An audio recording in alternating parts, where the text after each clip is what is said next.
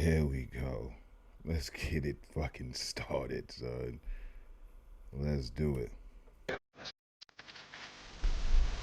Yeah. Welcome to another episode of Hotep History Live with your host, with the most, President Hotep Dude. How you doing, ladies and gentlemen? Oh yeah, back here for another one. Yes, sir. Come on, Splitter, give it to him.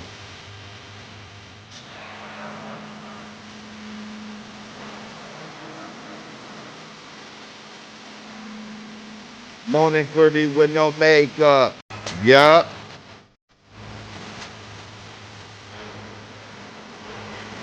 Fortiados rolling.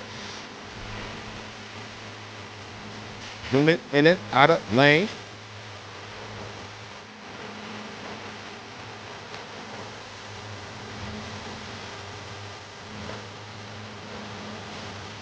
My namesake. That I'm all about my money. Put some racks up every in the studio. Get food on how we lay tracks every day. If it's grind for it, man, put that money. Say your bitch roll the blunt. They still ride for you, man. Otherwise, you gotta kick that hoe off side of you, man.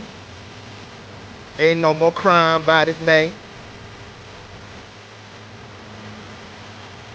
Why that shit ain't happening, only that don't make no sense. You stacking every paper brick, and I'm getting rich. Oh, the sin. Oh, what I just lit, but I would never pass it first thing. Come on.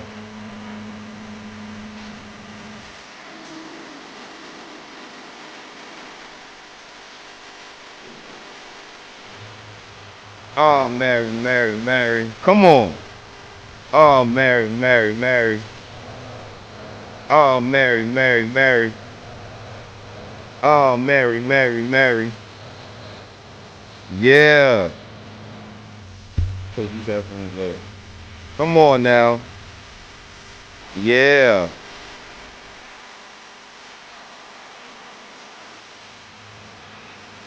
Yeah, man.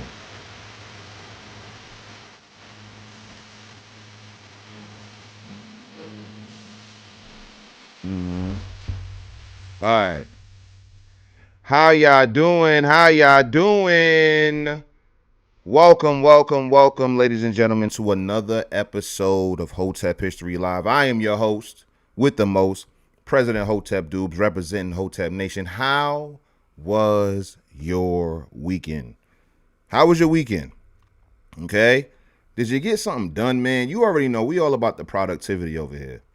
Have your fun, be able to relax, all of those things, but you still got to get it done. You still got to work. You still got to meet your goals. You still got to hit your objectives. It's mandatory in Hotepistan. Y'all know that. So how was your weekend? Did you spend time with your people? Did you get a workout in? What did you guys do? You know, you already know what we did over the weekend over here at Hotepistan. We had another legendary episode of Hotep History Podcast. As you can see, episode 5 is now available on Patreon, patreon.com/Hotep History. Go ahead and subscribe. It's a Patreon exclusive. We had an amazing time. We went over 5 hours once again. Once again, we went over 5 hours.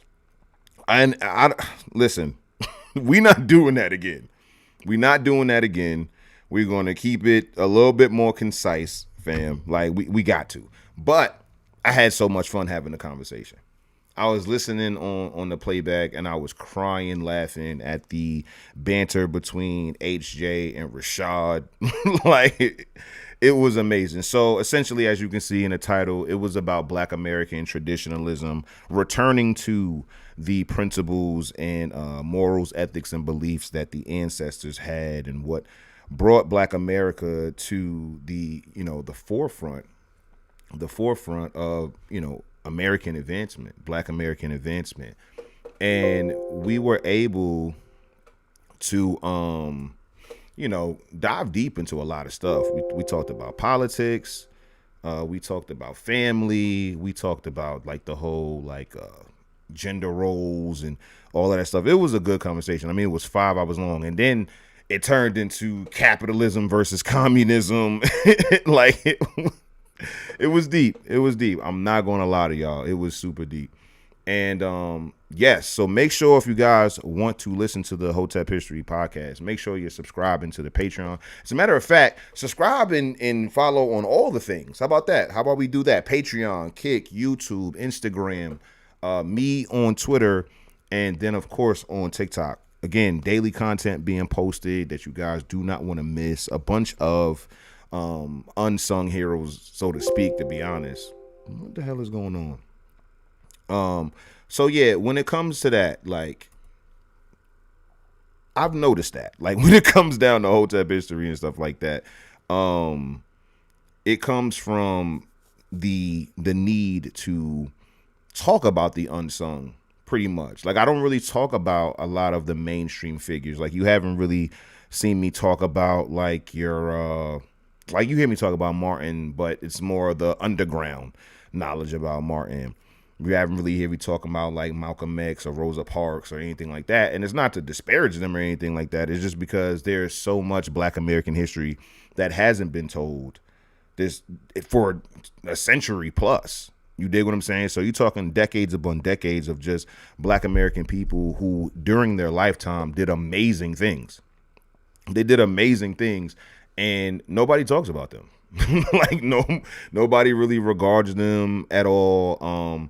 And if there were somebody, who may have, maintained their popularity into the contemporary, like a Booker T. Washington, they have disparaging things to say about them. So it's just it's like, for me, it's more so making sure that I'm, shining light on Black American history that doesn't get told, that in my opinion is deliberately not told. And that's the reason why I go as hard as I do for the ancestors. That's why it's more about the ancestors than history, even though in many cases they're one and the same. So that's the reason why I go as hard as I do here at Hotep History, to be able to, make sure that I am highlighting the best and brightest of our history, because I truly think that it's necessary. It's a necessity to know these things.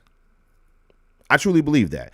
Like, when it comes down to my own self-esteem, my own self-image, and how I view myself in this country, you dig what I'm saying? A lot of the confidence obviously is going to come from my own accomplishments and achievements and accolades that I have been able to accrue over my lifetime. But it's also based upon the lineage that I come from. It's also because of the stories that I know about as it pertains to, historical Black Americans. Like, my culture is very special to me. And I think that because of the zeitgeist, right, the mainstream way that Black America has been engaged, they fed Black Americans our culture back in a very, very diluted, whitewashed way that doesn't really embolden real pride, having pride in oneself and wanting to do good, having, levels of dignity and integrity and morale and morals. You dig what I'm saying? So because of that, I take it personal. Like, I'm not going to lie, I take it personally. And my job is to make sure, that the real Black American ethos, the real Black American culture is being put forth. And I do that through primary sources. Like, I do that through the ancestors. So one of the things that I talk to y'all about is my agenda, right? Being able to highlight the good, the great, and the excellent of Black American history. But there's also an agenda to that agenda. And that's honestly to push the ideals that I currently stand on in 2025. to other people who currently live in 2025 and contemporaries, and giving examples. So whenever I say things like, yo, Black America needs to do X, Y, and Z, somebody could ask me, well, what on what basis? On what basis do you think Black Americans should do that? And then I'm able to be like, well, in 1888, this happened. 1932, this happened. 1946, this happened. 1955, Black Americans did this, that, and the third. So it's like, due to actual accomplishments, due to actual actions and behaviors, mindsets, thought processes, et cetera, of Black people in America, there's nothing stopping current or contemporary Black Americans from achieving those things, if not more. That's the reason why. So, as you guys can see in my bio, I'm a Black American traditionalist. And I truly believe that carrying on the traditions of the ancestors before the late 60s is extremely important to the growth and proliferation of Black America. Point blank, period. Point blank, period. Like, you need to understand your history to know where you're going. They left a complete blueprint. Semi-incomplete in some areas, but like mostly a fully drawn out blueprint for us to follow and improve upon. Because I'll never behave as if the ancestors were infallible or that they were perfect and they never did anything wrong. But I'm also not going to sit here and act like the accomplishments, the things that they actually did, not just said, not just thought, but things that they actually didn't make it so that the Black Americans of the 60s and 70s and 80s were able to, believe what they believe or move how they move, or at least have the freedoms and the rights to do them.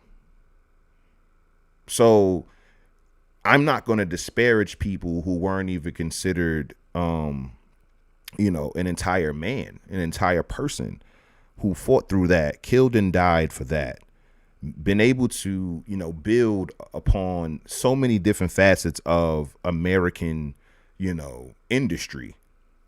There's not one industry in America's history where weren't Black people in there. Not only in there, but inventing and innovating, contributing. So, yeah, I'm going to stand on the shoulders of giants, which are the ancestors. I'm going to stand on the shoulders of giants, which are the people who came before me, who, pretty much paved the way for me. Like, there's generations of historians in Black America. You dig what I'm saying? You got Booker T. Washington in so many different ways. You got Carter G. Woodson. You got George Washington Williams. You got Monroe Nathaniel Work. Like, you have all of these different people who are compiling all of these different histories for this express reason. Seriously, like, just off of the strength, like just the field of historians in Black America, their main objective were to, aggregate and compile a bunch of stories of Black American goodness, greatness, and excellence to be able to teach to the next generation, using the generation that came right before them and their accomplishments to inspire the current generation and say, hey, yo, we did all of this.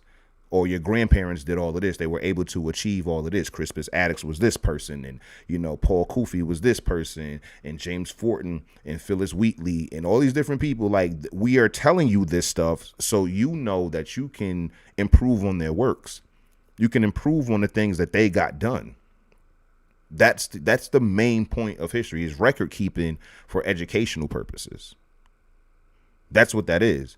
So even though I talk about the 17th, 18th, and 19th centuries and all of that other stuff, please believe, like, I am 100% writing down historical, moments in the 21st century so I can teach, the next generation about, Black American history, in the contemporary sense. But of course, I'm going to be looking at the King Randalls and Simone Beases and Maj Tourés and, those people, the Chad O. Jacksons. Like, there are people who are my contemporaries who I think are historic Black Americans for sure.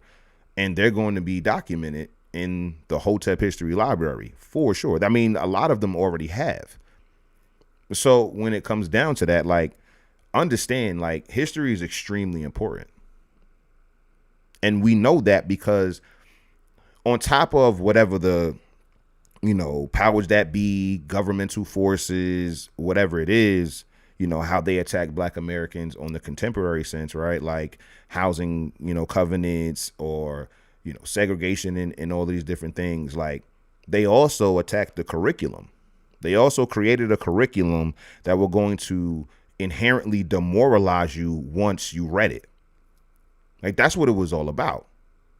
And this is why I talk about when it comes to agenda, because once you took Black American children out of Black American schools, and that being where they get their education from, they're now being educated by people who don't have a reverence for their ancestors inherently.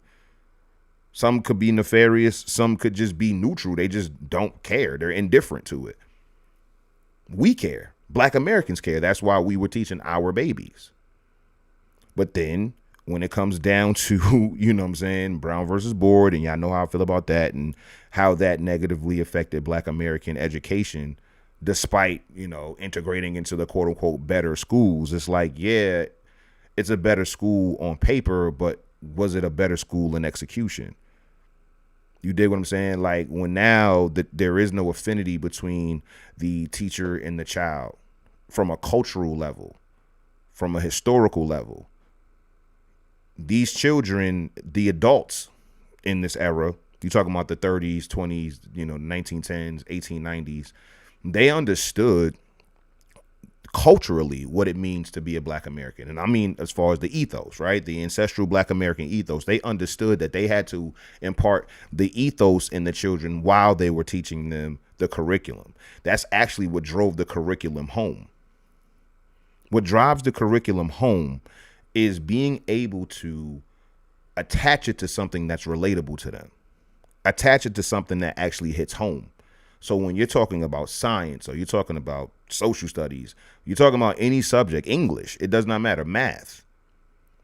If you attach it to a Black American mathematician, if you attach it to a Black American scientist, if you attach it to, a Black American writer.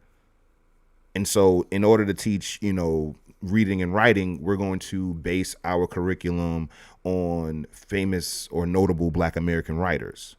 So not only are they getting the curriculum, but it's able to stick a little bit better, be retained a little bit better, because it's attached to somebody that looks like them or comes from a similar background as them, or at the very, very least comes from the same culture. And there's nothing wrong with that. There's nothing wrong with that. I know there are a lot of people out there who are Black who don't believe that that cultural relevance is relevant enough. It's almost negligible as far as what's necessary to be able to reach a kid or teach a kid in a classroom. And I'm here to tell you that that's just simply not true, because I learned more from my OG, who I worked for 13 hours a day, than I did most of my teachers. That's just what it was. I was able to retain the lessons that he taught me because he attached it to things that were relatable to me, which was, at that time, making my own money, being as self-sufficient as I could as a child, and giving me that childlike independence while also giving me responsibility. So the things that he taught me and the things that he told me hold weight. Likewise, my OGs and my uncle, all of them, the lessons that they taught me were able to stick because there's a level of relatability and similar culture that comes from it. So as far as curriculum goes, as far as, Black schools go, most of the teachers, if not all of the teachers, had a level of cultural affinity for the students when they looked in their faces in the morning. They knew that, my ability is only based upon the results that they show me. That's it. I'm only a good teacher if the children are getting more and more intelligent. That's it. You're not a good teacher for any other reason. It was all based upon merit. It was all based upon like actual results. It was all based upon what you're actually going to produce. And that, what's the word? Like that mandate that you put on yourself is largely put there because you have an affinity for those little babies in that classroom. And it's not to say that white teachers can't have a high level of affinity for Black students, but again, this is culture based. They're just culture based. So yeah, you can't deny it. You can't deny it. Talk to anybody my age, younger, older, or whatever, and if if they had, predominantly black teachers, and ask them how their come up was in school, as opposed to a kid who had predominantly non-black teachers, K through 12. Even, and you can go straight A, the ones who flunked out, all of that, test it. Even the kids who flunked out of the all black school, ask them, how did the teachers treat them? What was the level of care or understanding that they gave, and then gauge it against all of the non-black teachers. And this is, again, not denying that there's going to be some affinity, some understanding, some patience, some grace, all of that other stuff that's applied no matter what the race the teacher is. I truly believe, based upon what I learned from the ancestors, is like, yeah, that cultural affinity is going to be at all-time highs among black teachers, at least ancestral black teachers to the black kids. And that's just what it is. Say all of that to say is that they're not going to highlight the best and brightest of our history. They're gonna highlight the people that are culturally relevant to the mainstream American zeitgeist. And who chooses the mainstream American zeitgeist? It's surely not black Americans. So the things that we deem important, the lessons that we deem important, the morals, values, ethics, and beliefs that we deem important are not going to be properly represented in the curriculum. Point blank, period. So, yeah, that is the reason why Hotep History exists. And I know that I get the cursing and all this other stuff, and I am going to curse. I ain't going to act like I'm not. But that is the reason why my scripted content doesn't have any curses in it. And all of my scripted content are child friendly, because I do, like, my focus as far as audience and stuff like that are the youth. Now, I'm going to put the onus on you guys who have children and younger people in your life to share, my videos with them or whatever, because, I don't have a kid channel. So I'm not going to say, I don't want underage people subscribing to the channel. You know what I'm saying? But I do, want them to learn. That's the reason why I'm writing the books that I'm writing, and, creating the curriculum that I'm creating and stuff like that are tailor made for children. But overall, the scripted content that I post on Hotep History, whether it's on the patreon.com/Hotep History, or on the YouTube or anything like that, like, yeah, you can share those stories with the children. And just watch the difference. Watch the difference of, let's just say they're 8 years old. So you got the first 8 years of, the history that they've been learning and stuff like that, right? And then do from 8 to, 16. And just look at the difference in esteem. Look at the difference in pride. Look at the difference in motivation and inspiration that they get from the curriculum. I'm telling you, it bears good fruit. It bears good fruit. So, yeah, man, like, I want y'all to know. So, another change in program tonight, ladies and gentlemen, is that we're going to do, because, we usually do like a 3-hour stream, maybe 3.5 hours or whatnot. What we're going to do is, after about, like, I say 9:30, we're going to switch on over to Patreon and go live on Patreon. So make sure you're subscribing to the Patreon to watch the rest of the episode. You definitely don't want to miss what we're going to be talking about, because tonight we're going to be going over some good unsung Black American heroes that I'm more than sure you haven't heard about in your classroom. And we're going to be reading primary sources and stuff like that. So make sure that you're subscribing to the Patreon to catch the full show of Hotep History Live. Okay. So yeah, we're going to get into some videos that I made. We're going to get into some articles that I found, a couple books that I found, primary source, of course, and we're going to have a good time. So let's get into the bookmarks.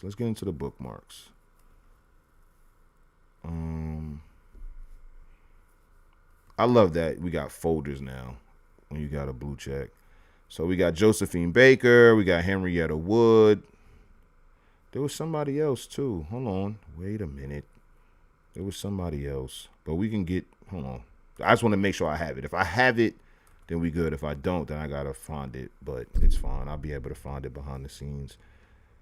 So I gotta go get it. It's fine. So yeah, up first, we have Henrietta Wood, and the caption of this video is how Henrietta Wood got her reparations in 1878. So let's get into this video.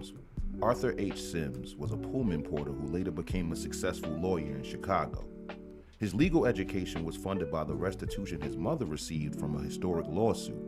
In 1878, Henrietta Wood, a former slave, won the largest verdict for slavery reparations in U.S. history, amounting to $2,500 or just under $80,000 adjusted for inflation, which she used to help Arthur attend Union College of Law, now a part of Northwestern University. Henrietta Wood was born into slavery in Kentucky around 1819. Initially owned by the Toucey family, she was sold to a Louisville merchant named Henry Forsyth in 1843 for $700 or $25,000 adjusted for inflation. She worked under harsh conditions until she was sold again to William Sirrod, a French immigrant who took her to New Orleans. After Sirrod left for France, his wife Jane moved to Cincinnati with Henrietta, where she was declared free in 1848. However, this freedom was short-lived. In 1853, Zebulon Ward, a deputy sheriff, kidnapped Wood with the help of her employer and sold her back into slavery in Kentucky. Despite an initial failed lawsuit, she was sold to Gerard Brandon in Mississippi, where she endured the brutal life of plantation work and gave birth to Arthur. Following the Civil War, Wood remained under Brandon's control until she was finally freed in 1869. Returning to Cincinnati, she sought justice through the legal system. In the case of Wood versus Ward, she sued Ward for her kidnapping and forced labor, asking for $20,000 or $631,000 adjusted for inflation. The case concluded with her receiving the $2,500, which she wisely used not just for her son's education, but also to establish a foundation for her family's future. Henrietta lived until 1912 in Chicago, leaving behind a legacy of resilience in the pursuit of justice. Yeah, so that's going to be the first case of reparations, right? But there's another one too. There's another one, and hold on. I know her name. Yeah, Elizabeth Freeman. I know I wasn't tripping. I know I had it up. But yeah. So this actually might be the first. See? All right. So this is Elizabeth Freeman. She was also known as Mum Bet. So let's get into this. Do I need to zoom in a little bit for the people so they can see it? Let's see. Zoom in just a little bit. There we go. I just want y'all to be able to read it. Let's go. Less than 1 year after the adoption of the Massachusetts state constitution, a brave enslaved woman challenged the document's proposed principles.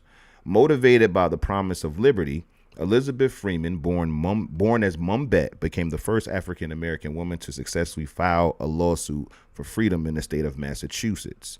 See, so she's definitely before Henrietta Wood. That's what it's looking like. And I'm not gonna hold you. When it comes down to this is the stuff that I'll be screaming in spaces and stuff about, like holding the government accountable when it comes to the Constitution.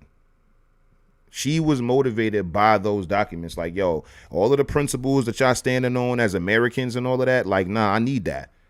I'm not about to listen to you motherfuckers talk about liberty, independence, and freedom and all this other shit, and then you got me enslaved. Fuck out of here. Let's see. This case marked the beginning of a group of freedom suits that would ultimately lead the Massachusetts Supreme Judicial Court to outlaw slavery in their state. Look at that. This woman pretty much pioneered the ending of slavery in the state of Massachusetts. This is what I'm talking about. When it comes down to telling stories that actually resonate with black people, you tell a black child that a black woman started the trend of a bunch of lawsuits of other black Americans to get their freedom in Massachusetts in what, the 18th century? She died in the early 19th century. So, yeah. So in the 18th century, a black woman created the domino effect that would ultimately lead to the Massachusetts Supreme Judicial Court to outlaw slavery in the state. Have y'all heard about Mum Bet? I heard about her. You feel me? I heard about her, obviously. But like I didn't hear about her as a child. I learned about her in my 30s. So let's see. Mum Bet was born in Claverack, Columbia County, New York, as a slave. Although her exact birth date is unknown, it is believed that she was born around the year 1744. She grew up on the plantation of Peter Hogeboom with her younger sister, Lizzie. When Hogeboom's daughter married Colonel John Ashley, he gave Bet and her sister to the new couple. During her time at Ashley's, Bet gave birth to a daughter, but the identity of the father is unknown. Although she could not read or write, Bet was clever and strategic. It is reported that Mrs. Ashley was cruel to her slaves. One day, she attempted to strike Bet's sister with a heated kitchen shovel. Bet protected her sister by blocking Mrs. Ashley's strike, but received a serious wound on her arm that never healed. Instead of covering her arm, she left her wounds visible as evidence of her mistreatment. Bet was determined to gain her freedom. Her master, Colonel Ashley, was a wealthy citizen of Sheffield, Massachusetts. He served as a judge of the Berkshire Court of Common Pleas.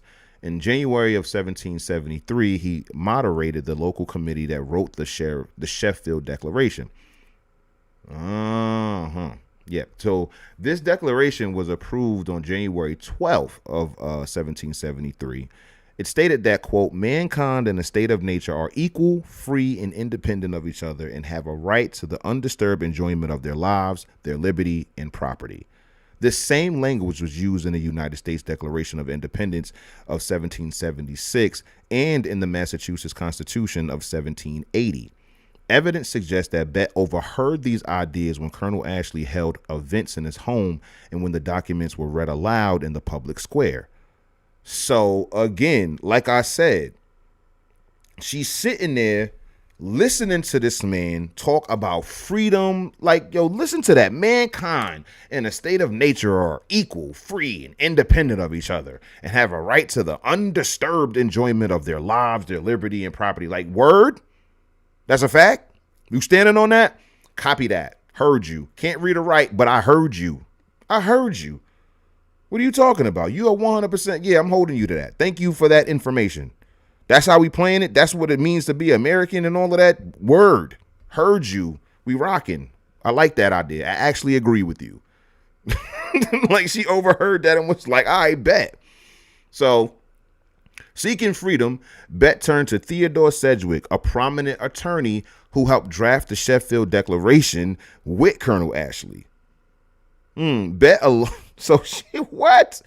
Okay. Bet, along with an enslaved man named Brom, began the process of fighting for their freedom.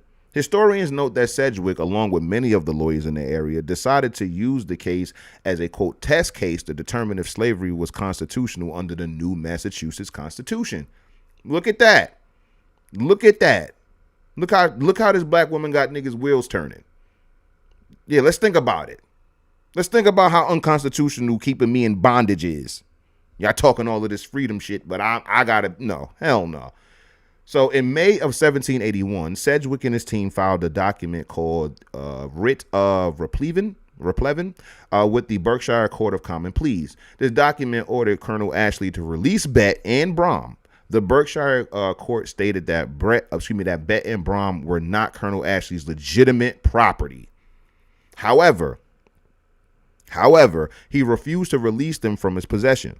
By August 1781, the case went to the County Court of Common Pleas of Great Barrington in the case known as Brom and Bet versus Ashley.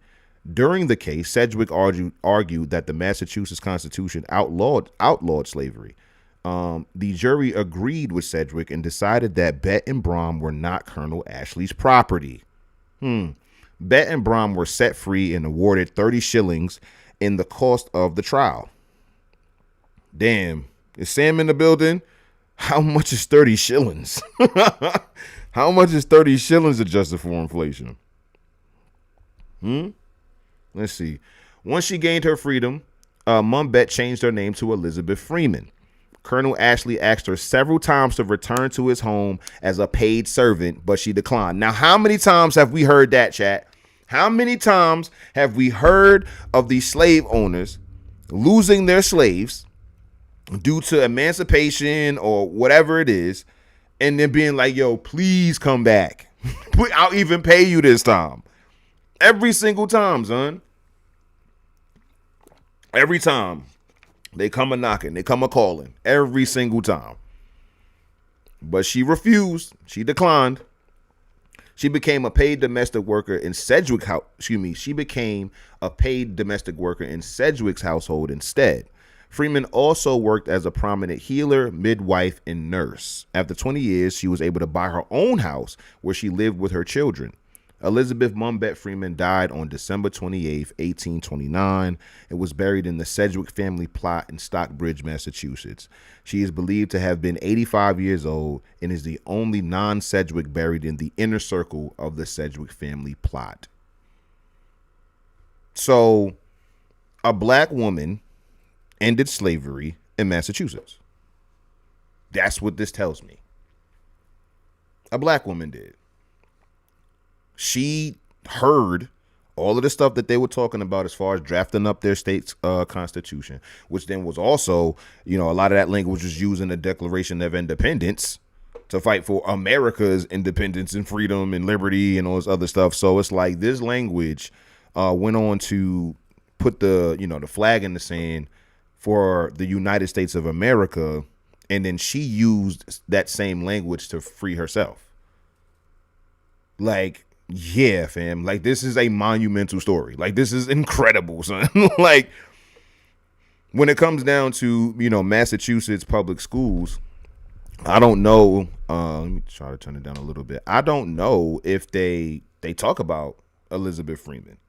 I don't know if they have entire, presentations about Mumbet or Elizabeth Freeman. A court decided that she and a man were not that man, Colonel Ashley's property. That's fire. Like, that's super fire. We have another story from that time. A man by the name of, what's his name? Here we go. James Armistead Lafayette. I like his story just because of how player it was. You feel me? We gonna see. Look at that, man. Estimated casualties. It is what it is. Anyway, born into slavery around 1760, James Armistead lived most of his life on a plantation in New Kent, Virginia. During the American Revolution, however, James received permission from his master, William Armistead, to enlist in the Marquis de Lafayette French Allied units. Here, the Army dispatched Armistead as a spy, playing the role of a runaway slave to gain access to General Cornwall's headquarters. So this man was a literal spy. A literal spy. You know what I'm saying? Like, he was able to, this story is so fire. Okay, so because Armistead was a native Virginian with extensive knowledge of the terrain, the British received him without suspicion. As a result, Armistead accomplished what few spies could: direct access to the center of the British War Department. I don't want to spoil this story. I don't know. Like, I didn't read this article about him, so I don't want to add too much color and I don't want to jump ahead, but this story is so fire. And if it doesn't tell it, I'll tell it. It's fine. After successfully infiltrating British intelligence, Armistead floated freely between the British and American camps. As a double agent, he relayed critical information to Lafayette and misleading intel to the enemy. So, all right. Because I'm super excited about this story.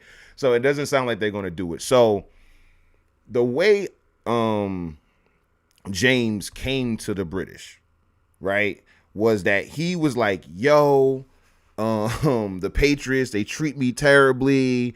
I'm switching over to the side. And you gotta remember, during this time, you had a bunch of black loyalists. Like, you had a bunch of, black men who were like, yo, I'm rocking with Britain. You know what I'm saying? More men rocked with Britain. There were more black loyalists than there were black patriots. And that's also the reason why I hold it like a super high esteem to the black patriots and stuff like that, because they stuck it through for American independence despite not being independent in America. That takes guts. That takes a level of nationalism that is honestly not seen anywhere. And I don't study world history, so I'm not going to say that no other country, men have done this, but I can tell you specifically for America, like that speaks to a level of valor and honor that's not at all ever acknowledged. That you had a bunch of men in bondage in this country, in these colonies, and still chose to fight for America's right to exist. Still chose to fight for American independence despite being in bondage in this same country. Some people may call that, something negative, but I think that's that's super dope, especially the result of it being that I get to exist in this country. Yeah, like 100%. 100%. So he's going over there being like, the Patriots, side, they treat me like shit, take me in. I want to say, I don't want to add too much sauce, but I want to say he like faked the injury or something like that. And because he was a slave, they didn't ever suspect him. That's the reason why nobody suspected him to be a spy, nothing like that, because they thought he was feeble-minded. They thought he didn't know shit. They didn't thought he was cunning or, had any type of motivations to succeed in life other than to serve them. Right? So it's like they are over there like, all right, we want all of this information about the Patriots. Tell us what they doing. Tell us about their moves. And we're going to send you there as a spy, because they look at you like a lowly slave. We look at you like a lowly slave. So I know they not going to suspect you either, because you just working for us. So both parties are, using the same, ideology against their opponent, but only one side that necessarily looks at them as, somebody that's feeble-minded. It's like, well, both sides may have, but he's able to use this to his advantage. And it's super dope. So he's like, in the same way that Mumbet or Elizabeth Freeman was able to be like in the kitchen while Colonel Ashley and Sedgwick were sitting there drafting up the Constitution and espousing all of this stuff, in the street and all this other stuff, and nobody's suspecting her to understand what those words mean or take it any further. Lo and behold, she contacts a lawyer to fight for her freedom, which then subsequently ended slavery in that state. Same thing with James. He in the kitchen listening to them talk about like wartime strategies, like real time stuff, like, yo, we're going to raid at this time, at this day, and all this other stuff, like really talking like candidly around him. And they just like, oh, that's just a nigga in the back. Like, whatever, fetch me some water or whatever it is. And James done heard all of your plans.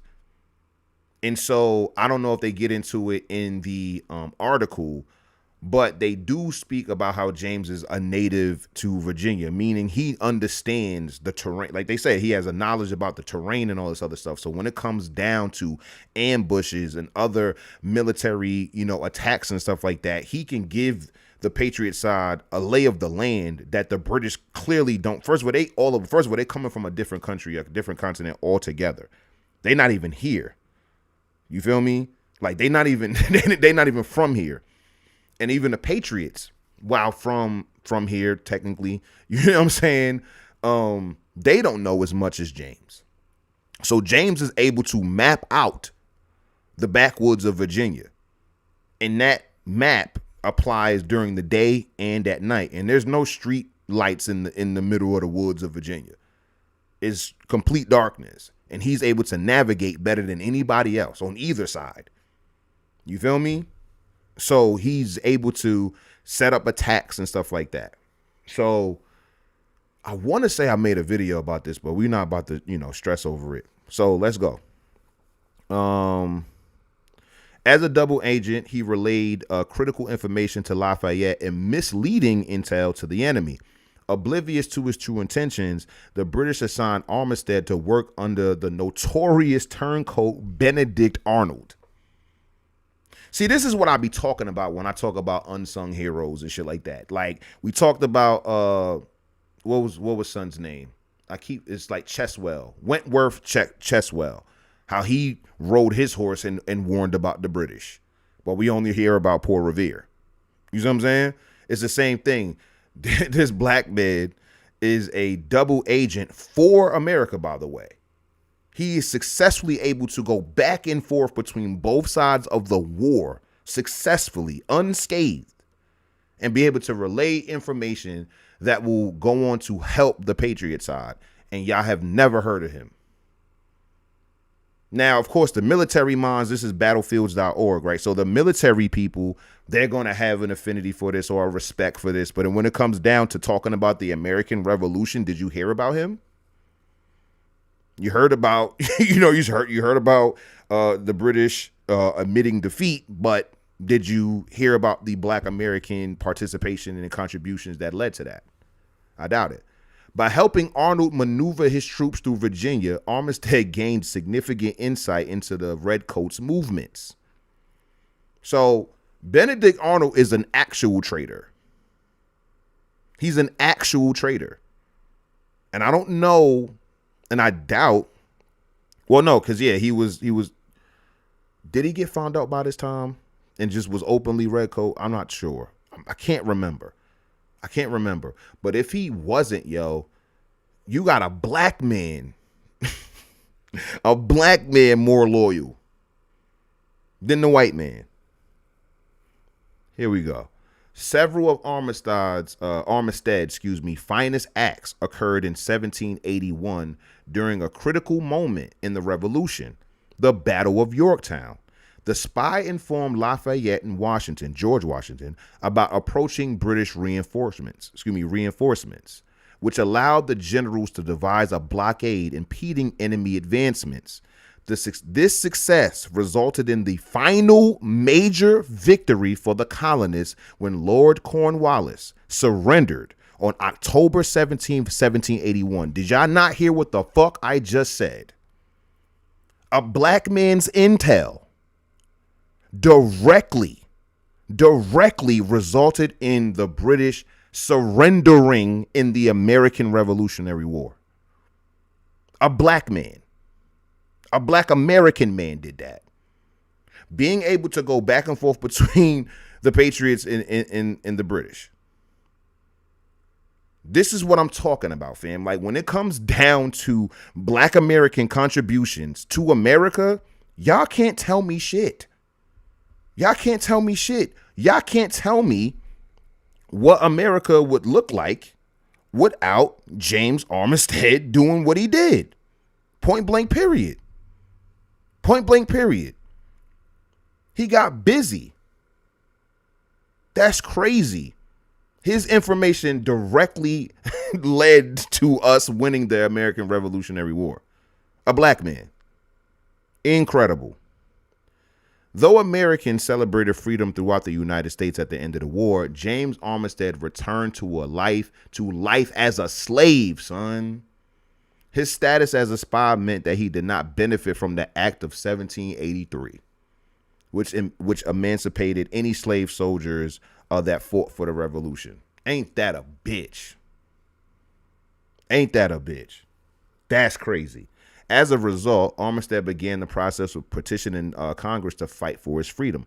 After several years without success, Armistead received help from an old comrade in arms, Marcus de Lafayette.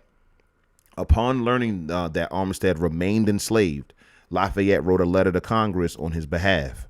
Armistead received his manumission in 1787. All right. Do the right thing for the black man. Do the right thing for the black man. Like, come on, son. Like, what are you talking about? If anybody, everybody deserves their freedom, because that's what y'all said, right? But if anybody deserves it, it's definitely James. Like, what are we talking about here? He's the reason why we won. He's the reason why we won. How many of y'all were able to, be double agents and be able to stand and listen to all of this precious military intel and bring it back. Surely he's deeming of some freedom. Like, are y'all bugged? Like, y'all bugged out. Living off his annual pension fee, Armistead moved to his own 40-acre farm in Virginia. So he got his 40 acres and a mule, where he married, raised a family, and lived out the rest of his life as a freeman. Armistead added Lafayette to his name as a token of gratitude and a testament to the bond the former slave and French general shared. The two crossed paths again during Lafayette's grand tour of the United States in 1824, where the general picked James out of a crowd and cordially embraced him. James Armistead Lafayette died in 1832. Like, please believe, y'all. Like, again, when you know these stories, it's impossible, yo. It's impossible to not have pride, yo. I'm sorry. It's impossible for you not to be inspired. It's impossible for you not to be emboldened to be a proud Black American. Like, I won't even say I'm sorry, because I'm not. Point blank, period. This is where you get all your pride from. Point blank, period, man. And it wasn't just the American Revolutionary War. We fought valiantly in every war. Every last one. Starting with the American Revolution, as you can see. Since day one, Black men were on the front lines for the United States, period. And we also have this fellow here. Sergeant William Carney, Medal of Honor recipient. Yes, sir. Yes, sir. So we got Army Sergeant William H. Carney earned the honor of for protecting one of the United States' greatest symbols during the Civil War, the American flag. You see, all these people were born into slavery, right? So despite them being in bondage, they still saw the vision. They still saw and believed in the the tenets of the Constitution. They did. They understood the importance of putting in the work and being able to get their freedom, and they understood that it wasn't about to come from the benevolence of another group, but actually from their intentionality and their determination to gain their freedom. Point blank, period. Point blank, period. All right. Carney was born into slavery in Norfolk, Virginia in 1840. His family was eventually granted freedom and moved to Massachusetts, where Carney was eager to learn and secretly got involved in academics, despite laws and restrictions that banned blacks from learning to read and write. So look, you got a black woman that ended slavery in the state, but they still gonna do some shitty shit like that, where it's like, well, all right, you're free, but you can't read or write. And slavery probably came back during that time anyway, because you know how shit changed over time. Carney had wanted to pursue a career in the church, but when the Civil War broke out, he decided the best way he could serve God was by serving in the military to help free the oppressed. Look at that. Look at that. Selfless. In March 1863, Carney joined the Union Army and was attached to Company C, 54th Massachusetts Colored Infantry Regiment, the first official black unit recruited for the Union in the North. 40 other black men served with him, including two famed abolitionists, Frederick Douglass's sons. Okay. Within a few months, Carney's training will be put to the ultimate test during the unit's first major combat mission in Charleston, South Carolina. On July 18, 1863, the soldiers of Carney's regiment led the charge on Fort Wagner. During the battle, the unit's color guard was shot. Carney, who was just a few feet away, saw the dying man stumble, and he scrambled to catch the falling flag. Despite suffering several serious gunshot wounds himself, Carney kept the symbol of the Union held high as he crawled up the hill to the walls of Fort Wagner, urging his fellow troops to follow him. He planted the flag in the sand at the base of the fort and held it upright until his near lifeless body was rescued. Even then, though, he didn't give it up. Many witnesses said Carney refused to give the flag to his rescuers, holding on to it tighter until holding on to it tighter until, with assistance, he made it to the Union's temporary barracks. He wasn't playing about his patriotism, boy. What? Damn, he wasn't. Nah. This is not my flag. This shit not about to fall. Not about to let the flag drop. That's crazy. Carney lost a lot of blood and nearly lost his life, but not once did he allow the flag to touch the ground. His heroics inspired other soldiers that day and were crucial to the North securing victory at Fort Wagner. Carney was promoted to the rank of sergeant for his actions. So again, like, I want y'all to see the reverberation of these people's actions. I want y'all to see the inspiration, like, of these people. Like, that's why I be talking about when it comes down to, reading these histories. Like, look what it's doing to the people directly associated with these people. Like, look at their contemporaries' response to this stuff. We talked about 3 people so far, and you see how their actions and beliefs and all of the things that they did reverberated with other people, whether they were black or white. Elizabeth was able to get other black people free due to her movements. James was literally able to secure the independence of the United States based upon his information. Like, y'all have to see the reverberation. You have to see the inspiration in the ancestors and what they did. Like, you can't take these people out of the story. It doesn't end the way it ends without black Americans.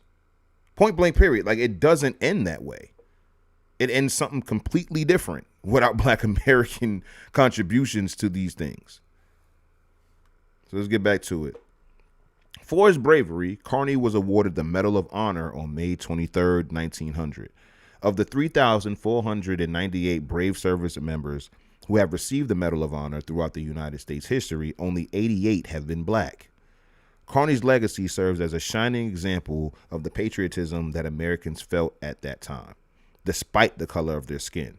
As for the 54th Massachusetts Colored Infantry Regiment, in which Carney served, it was disestablished long ago but reactivated in 2008. It now serves as a National Guard ceremonial unit that renders honorary funerals and state functions. It was even invited to march in President Barack Obama's inaugural parade. It sounds like something that his administration would do. So that's cool. So shout out to Sergeant Carney, man. Another legendary unsung hero. As you can see, his regiment, was disestablished. It was disbanded. So yeah. So let's check the chat. Let's see what we got going on in the chat, man. Crystal says Rashad need Jesus. That's hilarious. Vincent with the 2 salute emojis. What's going on, Vincent? How you doing? Coach Glasgow in the building. What's good, dudes? What's going on, man? You know me, just doing my thing. Hitting y'all with that good Hotep history. You feel me? Sharing the good word with everybody. Shout out to Cliff in the building. Shout out to Cliff. I ain't gonna lie, Cliff. I was just talking about you. I was just talking about you. I was gonna say when I have sons, I'm gonna send them and they need to get disciplined. I'm gonna send them to you in Houston, and like, you gonna build houses. You gonna build houses with Cliff. You wanna act up in school? Go build some houses. That's what you about to go do. My boy Rashad. Look at Rashad in the chat. Look at him. Look at him arguing. Look at him arguing in the chat. Vincent again with the fire emojis. We got Memphis. What's going on, Memphis? Hope you good, beloved. You know what I mean? I appreciate y'all rocking out with me.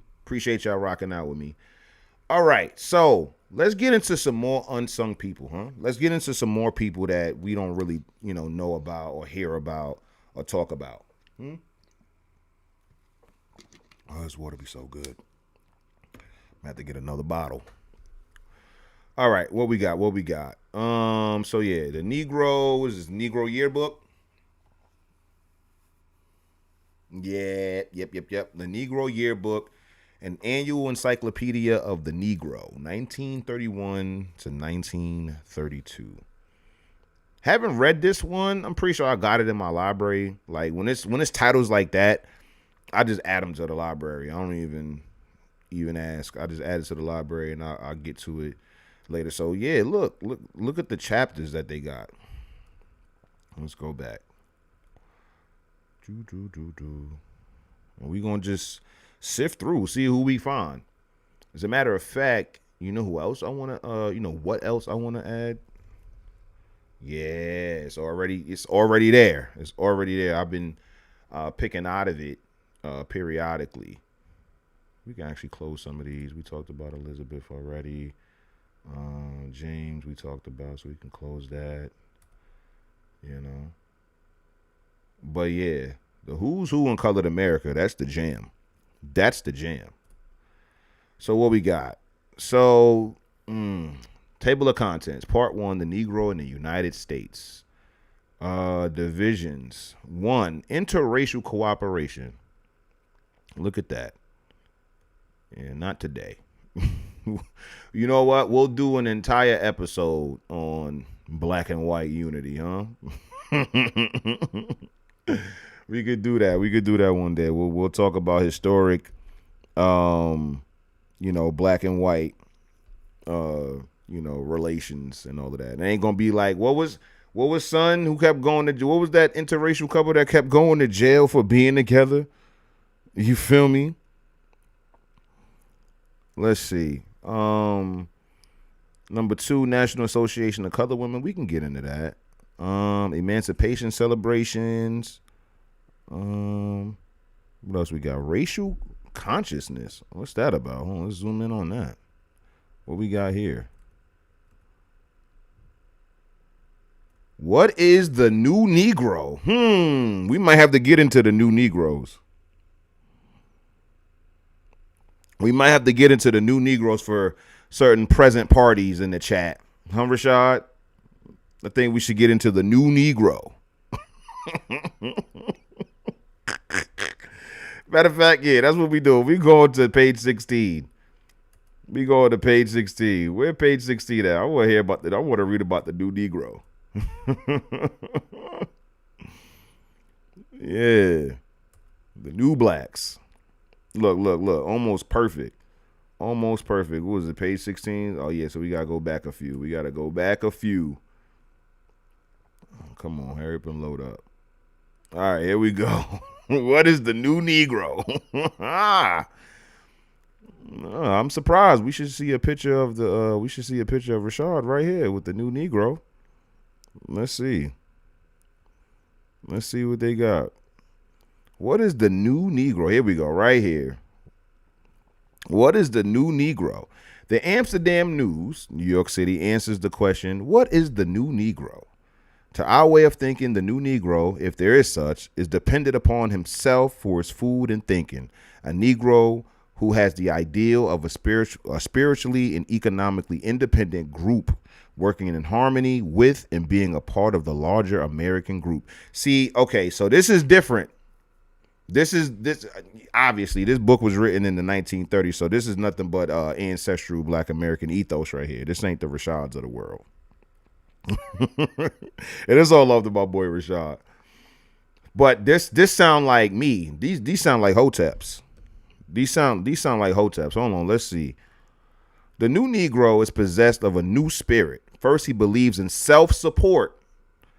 He supports his family and helps to build a foundation for racial self-support.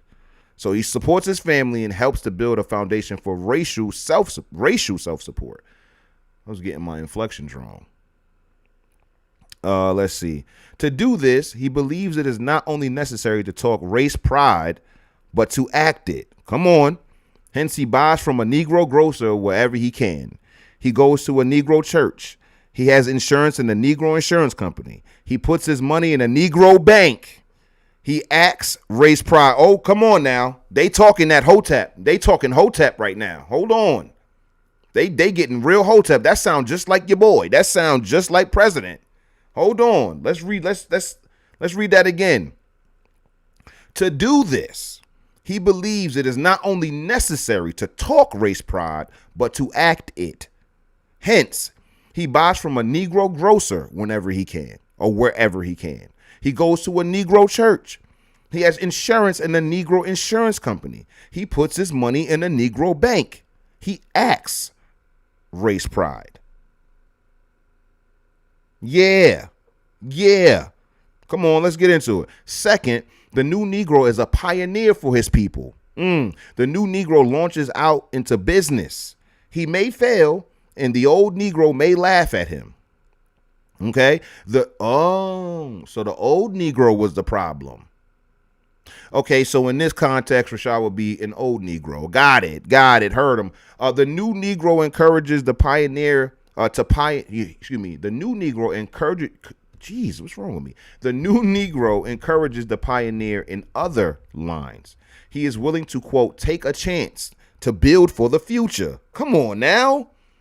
Third, the new Negro thinks straight. Because he is born of the new spirit of freedom, he is determined to have freedom in all its phases. He is willing to bear all its responsibilities. He wants all of its privileges. He refuses to believe he is different from or inferior to any other of God's children. Come on now. This is a good word.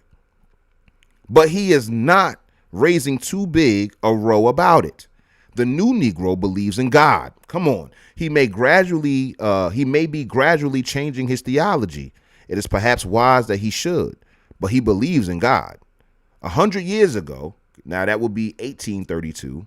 Keep in mind, 100 years ago, a new Negro walked out of St. George's Church, Philadelphia, and preferred to worship in an old blacksmith shop, which was bought by black people, than in a fine house for which he did not pay. He believes that self-support is of God. Come on.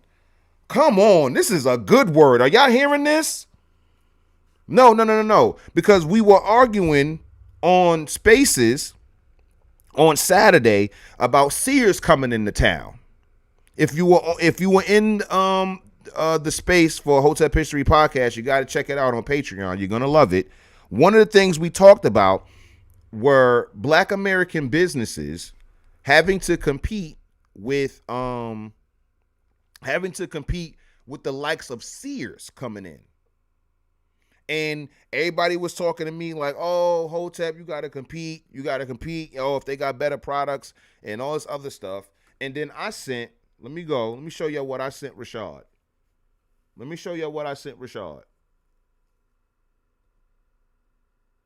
I didn't even get to my videos. That's what I love it. What did I say? Where is it at? Look at my watermelon. That's how it started. This is August 11th. Now look at it. Look at that. Still not going to produce fruit, but it is. But look, right here. So we were talking about Sears coming into town, right? And Sears, publicizing and sending their catalogs out to all of these different, black towns and stuff like that. And look what they were offering, son. I don't think Sammy in here tonight, but they don't show the date. But this looks to be early 20th century. And we had to go up against that. That's what the ancestors had to go up against. So Rashad and them were on the side of people being like, oh, you just got to be able to compete. You got to have better prices. You feel me? You got to be able to compete. Now look on this. The proper Negro, the new Negro of the 1930s, not the same new Negroes that I call y'all. Okay, you new Negroes is different. Y'all the old Negroes in this context. You feel me? This man is saying that a new Negro, okay, a Hotep, chose not to go to the fancier non-black church, and he went to the black church that was just bought, okay? The black church that was just bought, and it's still on the come up. I'd rather worship there because he believes that self-support is of God. The white church got their money. They don't need my tithes and offering. They good.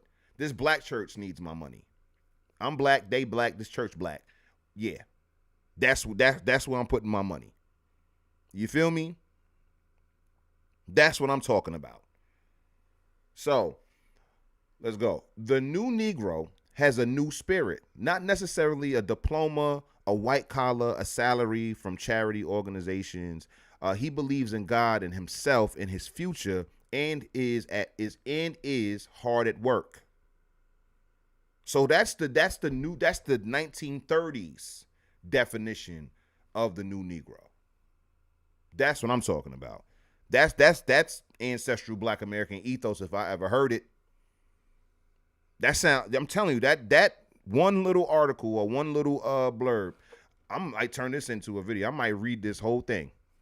And clip it up. Real talk. That was beautiful. That's exactly what I'm pushing. And it goes back to what I was saying. Like, yo, I'm not saying that you're gonna do this stuff simply because I say so. No. You're gonna do it because the ancestors did it before you. That's a fact. Am I not streaming on Patreon? Oh man. Hold on, y'all. I thought I was streaming on Patreon, man, this whole time. Hold on, I gotta fix that. Shout out to all my Patreon subscribers. My fault, guys. It won't happen again. I thought it automatically would start. But we gonna get to it. Yo, oh yeah, while we're here, I still want to screen Chad O. Jackson's documentary of the MLK project. I think that'd be super dope. I want to screen it. I hit him up, but I know he's like super busy and stuff like that. So, I guess he'll get to me when he gets a chance. But I definitely, want you guys, or at least the people who subscribe to the Patreon, because that's what it will be. I want y'all to see it because it's a super dope. Like I've seen, snippets of it. I haven't seen the whole thing, but yeah, like it's a super dope. Like it's very informative. So yeah, you know what? It's all good because I'm gonna start in a minute. So burlesquing the Negro in films and over the radio. Whoa, how long is this article?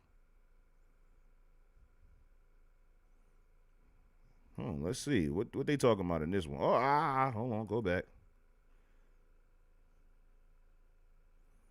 You feel me? Let's see. Burlesquing the Negro in films and over the radio. Irish Americans, it is said, have a quarrel with the filmmakers and exhibitors of moving pictures. The sensibilities of the race have been outraged and their finer feelings, trampled upon by the showing of such films as the Callahans and the Murphys and the Garden of Allah and other pictures ridiculing their racial idiosyncrasies or slurring their religion.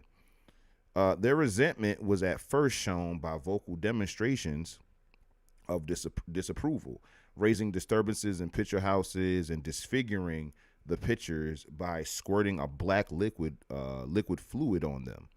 Then came a petition to the Federal Trade Commission in an effort to restrain the distribution of the obnoxious films. In New York City, an ordinance was presented to the Board of Aldermen to prevent the exhibition not only of immoral and indecent films, but also of those that tend to ridicule or disparage or hold up to, what's that word? Obloquy? I've never seen that word before in my life. Or contempt any race, creed, or nationality, or are calculated to arouse racial, national, or religious prejudice. No race in this country has suffered greater ridicule and disparagement than the Negro. None has been held up to greater obloquy. I'm sorry if I don't know how to say that word, y'all. And contempt on the stage, in the films, and in the daily press. And yet, the status of the Negro has been steadily gaining in public esteem, and his doings and his sayings have been taken more seriously than ever before. Miss Nanny H. Burroughs, who's also a historian, and she has her own collection in the Library of Congress, principal of the National Training School at Washington, D.C., is in a discussion on broadcasting the Negro said, quote, the radio announcer for the National Broadcasting Company, NBC, who said, no matter what the Negro is, he is still a Negro. Wow. They said still nigga. Wow. Is as dangerous as a person. Oh, is as dangerous as a person as a communist or red. Look at that. You a commie if you say that about Negroes. You see that? You see that? You see how black women was holding it down for black people? You feel me? Nah, if you against black people, you a communist. How about that? You a commie. If you don't respect black people, you bugged out. Was that the end of the article? Was that the end of the article? Let's see. Nope, it's not. In fact, he is more dangerous because he is given an opportunity to broadcast subtle but fallacious propaganda that breeds contempt for the Negro and promotes misunderstanding and social injustice. What? Come on now. Come on, Nanny. The Negro should not be prostituted to the teaching of race inferiority or spreading mischievous propaganda that will generate contempt or antagonism between the races. The Negro is permitted to sing spirituals or do burlesque stuff over the radio, but not to speak over a nationwide network. He is never given a nationwide chance to talk to the people of this country. What is the fear? Why the boycott? Why you scared? Why you only want to depict us, but you don't want to hear from us, huh? Y'all cool with making us look like buffoons and all this other stuff, but why you ain't let the black man speak yet? Why you ain't let the black woman speak? What's up? Referring to the Negro as nigger, darky, and presenting only the ignorant, shouting, fighting, rowdy element in speech is just another way of teaching inferiority or contempt for the Negro. What? See, this is what I'm talking about, yo. This is what I'm talking about. So when black people... Now, if Nanny would have said this in 2025, after black Americans were able to make their own films and pretty much do their own PR and all of the other stuff, by and large, she would be called the coon. Because all of that stuff that they doing now that you see the ancestors were clearly against, they call that authentically black. They call that unapologetically black. Let's read that again. Referring to the Negro as the N-word, darky, and presenting only the ignorant, shouting, fighting, rowdy element in speech is just another way of teaching inferiority or contempt for the Negro. And why do y'all think I be going to bat for the ancestors? Because they stand on all of the principles that I stand on, because I got the principles from them. I told y'all I don't have to ever lie on the ancestors, yo. They already said it. I didn't have to make it up. Nanny said this. I didn't just say this. I'm quoting the ancestors. Period. They were not with that. They were not with the worst element of us being portrayed in media as if they are representative of all of us. They are not. And this goes along all lines, not even just media and entertainment. When it comes down to, you know, having those gender war conversations, the fact that the worst of men and the worst of women are representing men and women is a travesty. Because honestly, there wouldn't be a need for the gender war at all if the best and brightest of black men and black women were having these conversations. It would almost always end in agreement. It would almost always end in peace. But we use examples of the worst of us as things that are indicative of all of us and argue on that basis. And the ancestors were always against that. Like, yo, we're not going to let the ignorant of us be the voice of us. That's the most insane thing that you could ever do. But now it's like, oh, if we are obnoxious, if we are, ignorant, if we are all of these things, but are very loud, we're very loud, then nah, we gonna keep giving these people the clout. And all of the people like Hotep, they'd be like, nah, we don't want to portray ourselves like that. We don't want to depict ourselves like that. I'm the coon now. And that's the reason why I know I be in good company. Because look at the people that I'm quoting, and then look at the ignorant of us and who they quote, the intellectuals that they quote, the scholars that they quote. And I want you to know that you can be ignorant and educated. You could have gone to school your whole life, got a master's degree and all of that, and still be deeply ignorant. And you get to speak for us. You get to be the model of Black America. That's the crazy part about it. But the ancestors was like, no, that's not what we on. So let's see. The radio people who are enjoying the generous patronage of the Negro should observe the ordinary rules of business ethics. One of those rules is quote, never insult your customers. The radio people, through Amos and Andy, burlesque Negro business over the radio. Oh, so burlesque is a verb in this context. Got you. The little skit is delightfully done, but Amos and Andy represent the ignorant Negro who tries to do the right thing, for which he is in no way prepared. The National Negro Business League is composed of successful businessmen. Let's go. Hold on. The National Negro Business League is composed of successful businessmen who are a credit to America. But when they met in Indianapolis, Amos and Andy had the air and representative Negro businessmen had a town hall. What, like, come on, son. Like, some of the same issues. You got all of these good men, all of these good women doing all of this good work all throughout America, putting on for Black America, pushing Black American advancement. But look at the circus, bread and circus. Look at the entertainment. Look how they're distracting you. So they get the radio, they get all of this coverage, but the National Negro Business League comes to town and they only get town hall. And it ain't even like town hall is super chump, but still, it wasn't like they was in a shack somewhere. But still, these are the concerns on the ground. Shout out to Nanny, man. She's talking that good talk. Had an Indian chief called businessmen from the Indian tribes and held a great meeting in Indianapolis, his message would have been broadcast. Only the Amos and Andy kind of Negro got a hearing that week. The Negro church and the Negro preacher are presented in burlesque over the air. The radio, nationally, makes it a rule to advertise only the ignorance and foibles of the race. The race is God's greatest gift to the people of the 20th century, and it should be used to broadcast the best in all races and thereby become the mightiest instrument for stimulating respect and strengthening the bonds of brotherhood.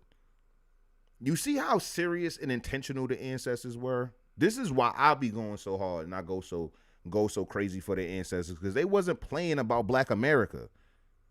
They were not playing about Black America whatsoever. They was Black American advancement first. Point blank period. Nah, we keeping Black American advancement in mind. Like, this is what I'm saying. Like, this was in the minds of not only prominent and notable Black Americans, but like, everyday Black Americans, like, this is just what life was. Were they ignorant and, the fighting and the shouting and all that? Obviously, because Nanny references them. She's saying that the more ignorant programming gets pushed to the forefront, and all of the actual shit that's going to help Black America is pushed to the back. And this book was written almost 100 years ago. This book was written in 1932. So in 1932, she was saying that, no, like, we have the radio now. We're able to broadcast the best and brightest of Black America. That's what we need to be doing. But y'all worried about comedy shows that show us to be ignorant, buffoons and fighting and doing all of this other silly shit. And it's like, is that not some of the same things that we say about like the Tyler Perrys of the world? Is that not some of the same things when it comes down to the local news? Is that not some of the same things that we talk about in Hollywood now when it comes to the music and all this other stuff? Like, is this not on a serious level? Is this not some of the same things that we still say almost 100 years later? But now, I don't know if the nannies of the 1930s were considered coons. I don't think she was. I don't think she was. As a matter of fact, because she's being documented inside the Negro Encyclopedia of this year, I'm going to have to assume that she actually held some respect and prominence in Black America. So I don't think that she was being ridiculed. I don't think that she was being shouted down as being anti-Black because you won't allow us to be ignorant buffoons on the radio. No. No. And you see she puts the onus on both parties, NBC and Amos and Andy. Both. Y'all are not helping. Y'all are not helping the PR of Black America. Period. And I don't really, as far as my live streams, you're not going to see too many like racial comparisons and stuff like that. But what I will say really quickly is that what a lot of people attribute to like what they call like white supremacy and whatnot, like I truly believe is just good PR. As far as the mainstream TV shows, movies, news, and all this other stuff, of the good of white America, they laud that, they put that in all of the stuff. That's why you're going to see shows about white doctors, white lawyers, all of that stuff, right? And then when it comes down to the underclass, when it comes down to the criminal class, when it comes down to the degenerates, they push those people to the back or point and laugh at them, like a Honey Boo Boo, right? Honey Boo Boo was put on TV, white trailer trash, you feel me? They were pointing and laughing at them. They were ridiculing them. So yeah, while Honey Boo Boo is able to, make money in the interim and all this other stuff because she's getting checks, they're making fun of them. They're ridiculing them. As far as the mainstream zeitgeist, nobody is telling them, hey, you should be like Honey Boo Boo and her backward family. It's like, oh, look at the trailer trash. Look at the white trash. Point and laugh. You feel me? And it's like, even if we do apples to apples and say that's what Black America is doing, right, which I don't believe we are, it's not enough balance. It's not enough balance. The PR has skewed one way more predominantly than the other. And that's just the truth. Terrible PR. And I understand the response is going to be, well, who controls the media, Hotep? And da-da-da-da. Like, yo, I get all of that. However, when it comes down to combating that, you got to be louder. I'm here. However many people are watching me right now, so however many people watching me right now. I don't have a big audience that like how a universal a universal artist may have. Granted, but people like me exist. People like me who are on a microphone pushing the best and brightest of Black American history and Black American contemporaries and shit like that. They exist.